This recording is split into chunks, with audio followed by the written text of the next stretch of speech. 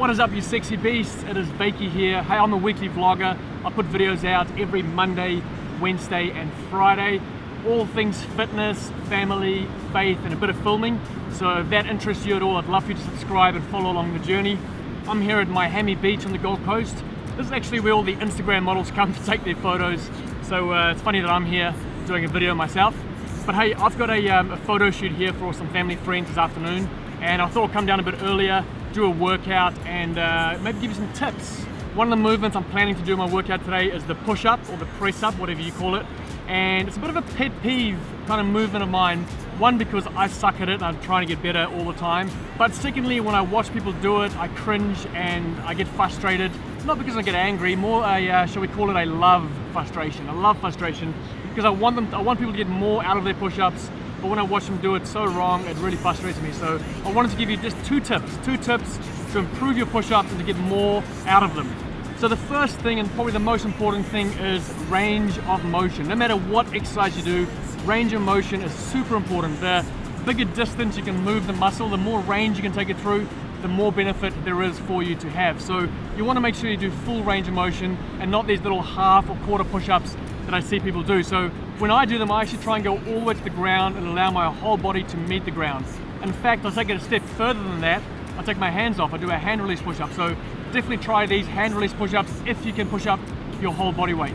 So the goal here is for your whole body to meet the ground and leave the ground at the same time. So your lower body, your quads, your legs, and your chest, your upper body should meet the ground and then leave the ground at the same time. Now what we're trying to avoid here is what's called a worming push-up, where your chest kind of peels off the ground before your legs. So essentially you're only pushing up half your body weight and then the other half kind of follows behind. So if you really want to keep yourself honest, what you can do is let your quads lead the way, let your legs lead the way. So you meet the ground, take your hands off, and then as you go to press, let your quads come off first and then your chest come up. And that way, there's no way you can actually worm. So it's a really good way to get rid of the worm and to ensure that your push-ups are done correctly.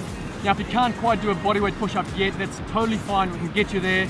But there's definitely a more beneficial way to do it rather than doing the old worm. So what we're going to do instead is what's called a negative. So you're going to start at the top of the movement. And you're going to lower yourself down nice and slowly for 5 seconds. So nice, slow 5 seconds. Again, trying to get your whole body to meet the ground at the same time. Then we're not going to worry about the push-up. We're just going to worm it back up or try and get up any way you like and just repeat the 5-second negative. So just focusing on the descending motion. That's really going to help improve your strength, and you're going to be much better off doing 10 of these than doing 10 worming push-ups or even doing knee push-ups. So that's the first tip. Range of motion is king. Get your chest and your quads to the ground. Maybe try the hand release ones. And if you can't get rid of that worm, just stick to nice, slow, controlled negatives for now. The second tip is around safety. Now your shoulders are strongest when they are externally rotated. I know that sounds like a mouthful, but think about it this way. If you're screwing a light bulb into the roof, that motion there is external rotation. Your shoulder is you're creating tension in the shoulder joint. So you're basically screwing your shoulder joint nice and tight, creating some good torque, and that's a really safe position for your shoulder to be in. Now the opposite, internal rotation, is a weak position. So the wider you take your hands in the push-up, the more you're internally rotating your shoulder and the more prone you are to injury. So I highly recommend that you go for the close grip push-up. Now I know you're going to have less of your chest involved, so it's going to be harder. So perhaps initially your numbers might drop. So if you can do 20 unbroken ones of a wide grip, maybe coming in closer you might only get 10 or 12 out, but that's okay. I think it's worth the safety aspect, and then we can just build those numbers back up. So that's it, just 2 tips, range of motion and safety with the shoulder nice and tightly externally rotated. I'm gonna go get some kettlebells out of the car, do a workout and film a bit of it, and then I'll see you after.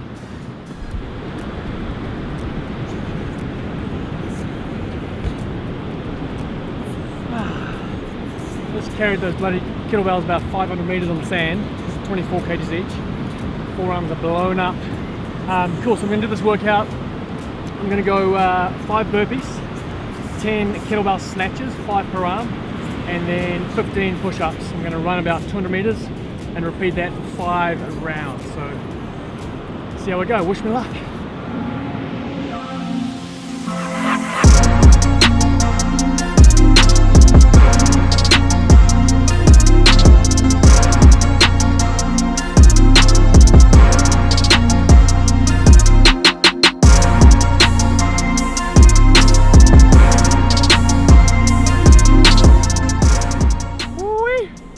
Boomtown, another workout, another vlog done, guys.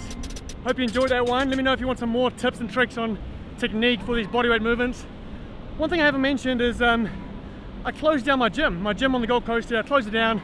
I haven't really said much about it, but I want to do a vlog all about that because I've learned heaps, and yeah, I want to explain why we closed it and what I've learned, so I'll do one of those. But for now, goodbye. I'll see you on Monday. Bye.